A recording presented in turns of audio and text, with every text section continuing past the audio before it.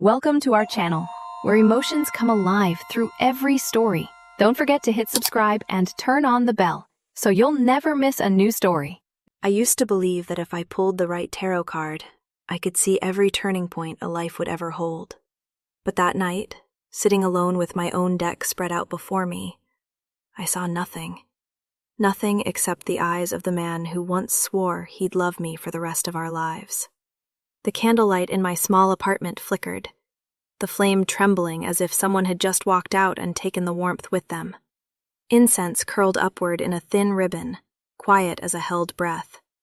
The cards lay open, silent, flat, indifferent, like fate pretending it didn't care. My fingers paused on death, the card of endings. But what made me shiver wasn't the symbol. It was the reflection on the polished wooden table.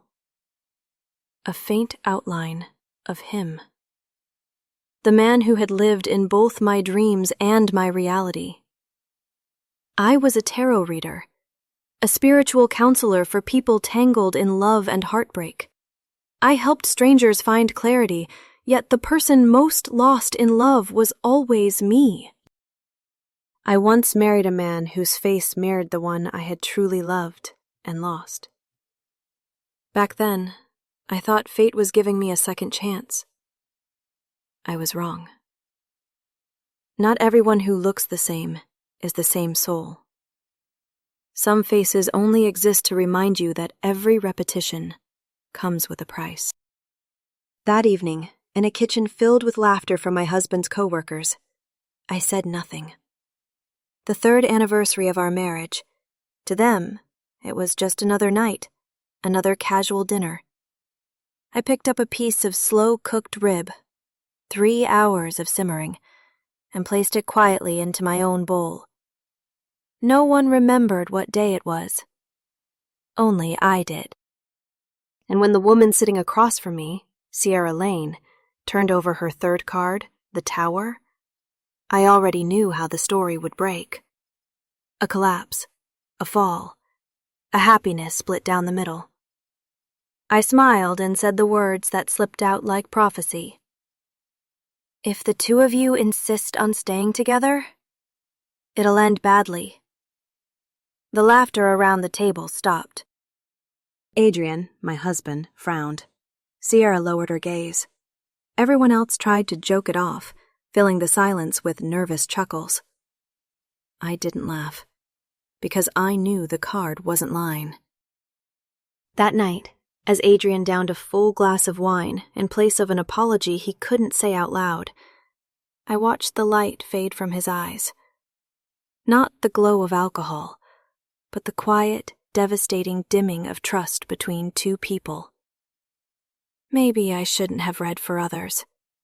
Maybe I shouldn't have read for myself. But humans are always drawn to what they're about to lose. And I was no different. I used to believe destiny lived inside those cards. Until the day I realized I had become one myself. A card flipped upside down, misread even by my own hands. I met Adrian Brooks for the first time in a tiny cafe tucked inside Portland's Old Town, where the lights were dim enough to blur the line between evening and dream. He sat down across from me with an easy smile. "Could you read my future?" he asked. That smile. It was unsettlingly familiar. It looked exactly like the one Ethan Hale gave me 10 years ago, back when he promised he'd protect me for the rest of our lives, and then left me with nothing but a handwritten note and a promise he never got to keep. So when I saw Adrian that night, I believed, foolishly, that fate was offering me a mercy. I didn't know then that fate wasn't giving me anything. It was testing me. We eventually married. For the first 3 years, everything felt almost peaceful. Adrian could cook, he knew when to smile, and he said the kind of soft, careful words that made my bruised heart believe it might heal. I thought I'd finally stepped out of the past. But tarot never lies. People do. I still remember that night, our anniversary. I had spent the whole afternoon preparing dinner, waiting for him to walk through the door. He did. But he didn't come alone. His co-workers flooded in behind him, loud and laughing, and with them was a woman whose presence burned like a small fire in a dark room. Her name was Sierra Lane, the project assistant, as Adrian introduced her. She laughed through the entire meal. I stayed silent. When she asked me to read her cards about the man she liked, I didn't refuse. 3 cards fell. The Lovers, the Devil, the Tower. I read them slowly. The man you're drawn to is charming. But he's married. If you force this connection, it'll only end in ruin. The room froze. Adrian chuckled stiffly and said tarot was just superstition. He drank wine in my place, calling it an apology. I didn't answer. I simply watched the wine slide down his throat and felt the cold spread through my chest. Cold like the air drifting past the window. Cold like his gaze when it lingered on her. I didn't need divination. Some futures are loud enough to hear without cards. Later that week, everything shattered. When Miles, our 5-year-old son, came home with a red cheek, I thought he'd fallen. But then the kindergarten teacher called, her voice shaking. His father hid him in the classroom.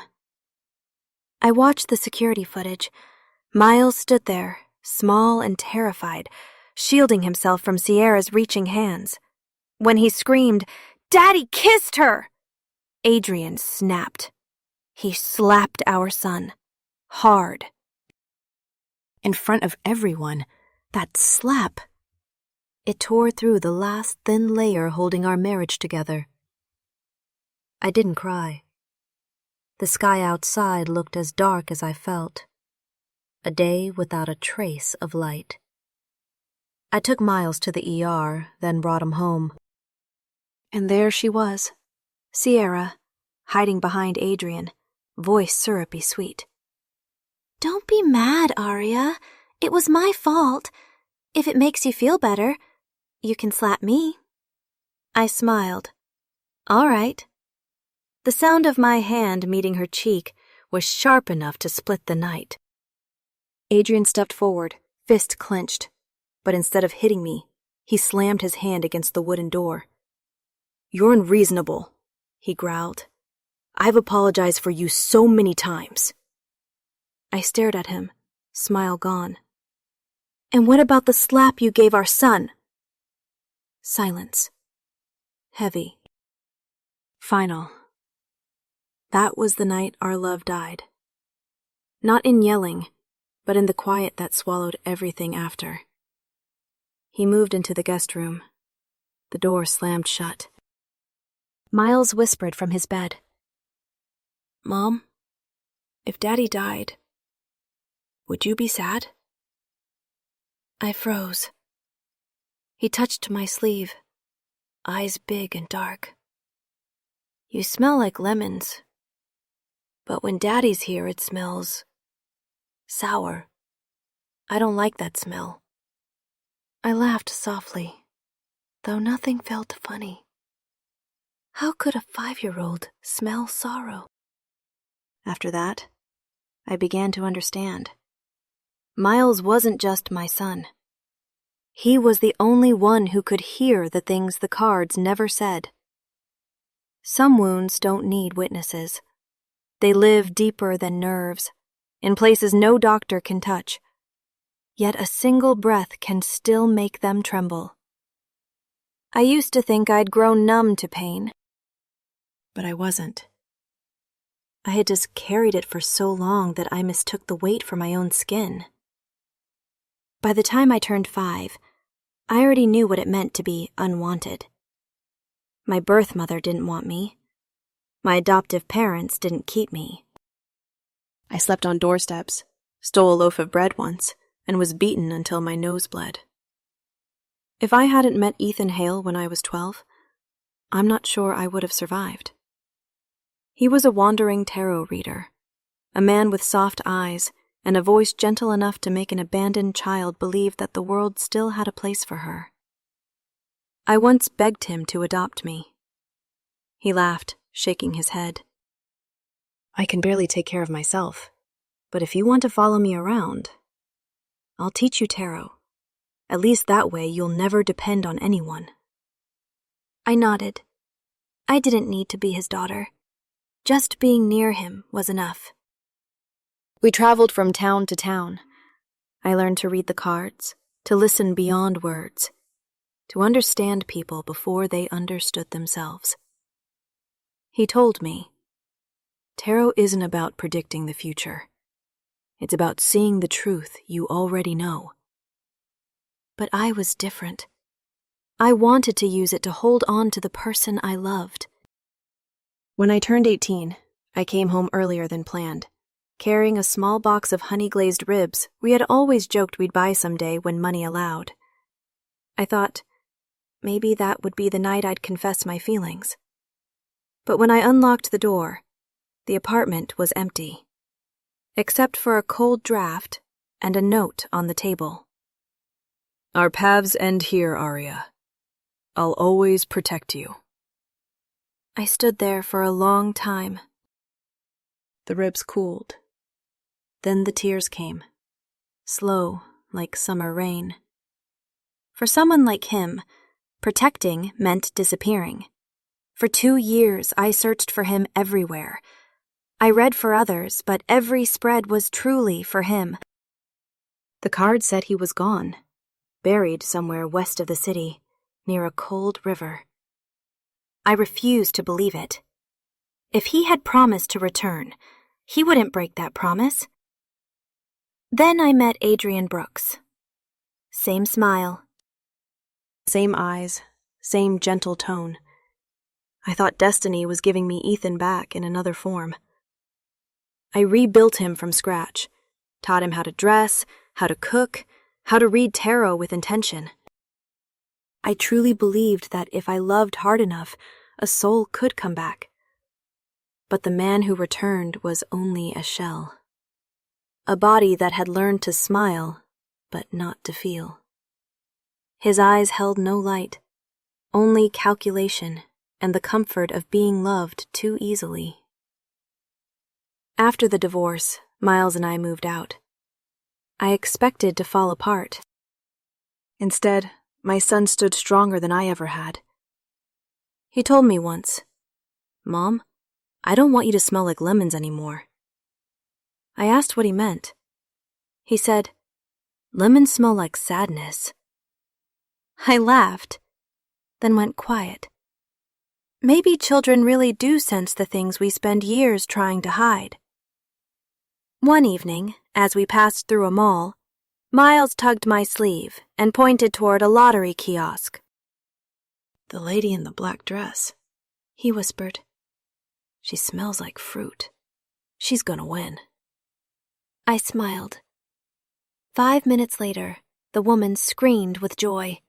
She had won the prize. People swarmed around her. Miles didn't react. He simply watched, calm and certain, as if he'd only stated a fact. That night, he curled against me and said in his soft, steady voice, "Mom, something good is coming for you." I brushed his hair. "How do you know?" "Because today, you didn't smell like sadness." I held him close. No one had ever told me I wasn't sad anymore. No one but him. I started live streaming again. To my surprise, people still remembered me. They called me Alice, the old nickname I used when reading tarot online. Comments poured in. "Your voice helped me through my breakup. Just hearing you talk makes everything feel lighter." For the first time in years, my heart warmed at the sight of strangers' words. One night, under the soft glow of my desk lamp, I laid out my cards. The wind brushed against my window, gentle, patient. I drew the star, a small light on a dark canvas, bright but belonging to no one. I smiled and whispered, "Maybe I'm finally learning how to shine for myself." Leaving Adrian taught me not to believe in promises, but it taught me to trust energy. Anyone who makes your chest feel lighter, keep them. Anyone who weighs you down, let them go. Miles had taught me that with nothing but his instincts and the scent of truth. Some nights, I still dreamed of Ethan. I'd see him sitting at a little roadside cafe, sunlight on his shoulders, a card in his hand. "Look," he'd say, smiling. "What do you think this one means?" I'd glance down. The sun. So bright I had to close my eyes. Then I'd wake to the soft morning light spilling into my apartment, to Miles asleep beside me, his mouth smeared with dried matcha ice cream. The whole room glowing. And for the first time in years, there was no lemon sadness in the air. Only warmth. Only light.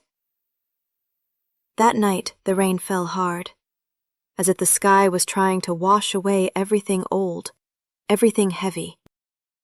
Thunder rolled across the city, lightning slicing briefly through my apartment window.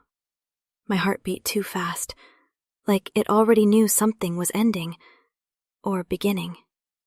Adrian Brooks hadn't come home for 3 days. I didn't call, I didn't text. Silence had become our language. But when my phone buzzed that evening, I knew something was wrong. A message from one of Adrian's former co-workers. "Aria, Adrian got jumped. You might want to take a look." I opened the video. Shaky footage. A dark alley. Adrian on his knees, blood running down his face. Sierra screaming. Men's footsteps slamming against wet pavement. People stood around watching like it was a street performance. Inside me, there was no pity. Just an empty, echoing space. Cold, wide, silent. I turned off my phone. Not because I was cruel, but because I knew he was finally facing the consequences he had written for himself. 3 months later, Miles and I were walking through a weekend night market near the riverfront in Portland.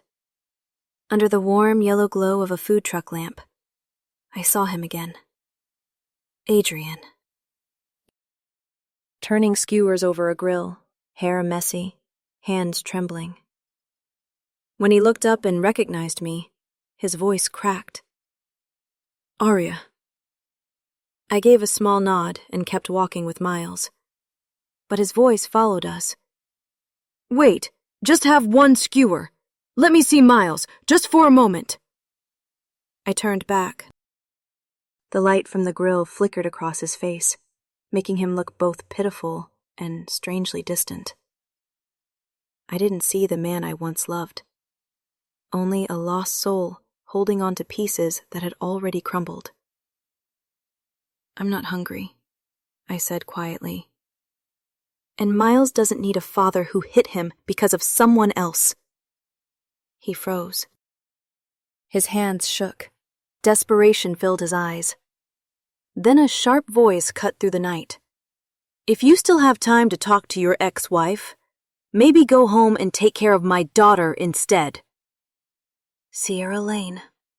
Her belly swollen, a baby in her arms. Her tone sharp enough to cut through metal. I had seen this exact image before. In the tower. 2 people falling from a collapsing structure. One surviving only in body. The other dying slowly inside. I turned and walked away. I no longer wished to watch that tower fall. I rebuilt my life from the ground up. Night after night, I live-streamed, talking to strangers and finding myself again in their questions. I didn't believe in love anymore, but I believed in survival. People still called me Alice, my old tarot nickname. The chat filled with messages. "Your voice helped me through my breakup. You're the calm I needed today." and for the first time, I felt like I was truly moving on. But fate, with its strange sense of timing, wasn't quite done. Another rainy night, another knock on my door, loud, frantic. When I opened it, Adrian stood there, drenched, swaying, reeking of alcohol. Before I could react, he grabbed me and pushed us back toward the window. "You used to say you loved me," he said hoarsely. "Why didn't you come find me? Why didn't you save me?" Lightning flashed behind him, washing over his pale, distorted face. Then his eyes landed on the photo on my shelf, a picture of Ethan Hale and me, years ago. He froze. "The man you love was never me?" His voice cracked. "You lied to me. All this time?" I didn't answer. I watched fear and rage twist together in his eyes. He dropped to his knees, sobbing. "I can be him. I can be Ethan for you. Just tell me what to do. I'll do anything." I slapped him, a clean, sharp sound against the storm. "You're filthy, Adrian. Get out of my house." He collapsed onto the floor, shoulders shaking. I called the police, but before they arrived, I saw her, Sierra, standing in the rain, skin pale, eyes burning with accusation. "Adrian, don't push me." "If you keep this up, I swear I'll do something horrible." I closed the door. Outside, the fighting, the crying, the rain, all merging into one chaotic, ugly song. After that night, Adrian vanished from my life. No texts, no calls. Only silence, long and cold as winter. A year later, on my 29th birthday, a letter arrived. The handwriting made my heart stop. Ethan Hale, the man I had loved, the one I had lost. He wrote, "Aria, if you're reading this, I've been gone a long time. My family has a genetic illness. We never lived past 30. I left because I didn't want you to watch me fall apart. I started an investment fund in your name, so you'll never have to worry. I kept my promise. I'll always be with you." I read it as tears slid down without a single sound. I had cried enough for every lifetime already. I placed the letter in a wooden box next to my tarot deck. The rain outside kept falling, but inside me, something softened. Light as breath, warm as a memory you finally understand. Years later, a video went viral. Sierra Lane live streaming, sitting beside a man in a wheelchair. Adrian. The man who once made me cry myself empty. Now thin, hollow, eyes vacant. The internet called Sierra a hero wife, praising her devotion and sacrifice. They didn't know the truth. They didn't hear the despair in his breathing when the camera drifted across his face. I closed the video. No anger. No pity. Just a strange, quiet peace. Sometimes the price of deceit isn't losing everything. It's surviving long enough to watch yourself wither. I sat at my desk and drew a card. Justice. The candle flickered. I whispered, "In the end, everything finds its place." There are people who never truly disappear after they leave. They simply change forms, becoming light, becoming wind, becoming something soft that brushes against you on quiet afternoons. I realized that on an early spring day, I had just returned from a small riverside town outside Portland, my suitcase still dusty, my body still carrying the weight of travel. As I walked along the riverfront, I noticed a small crowd gathered around a street tarot booth. Curious, I stepped closer. In the center stood a young man, sunlit face, bright eyes, reading for a girl with the calm of someone who understood how to hold another person's heart gently. "Don't worry," he told her, voice steady, warm.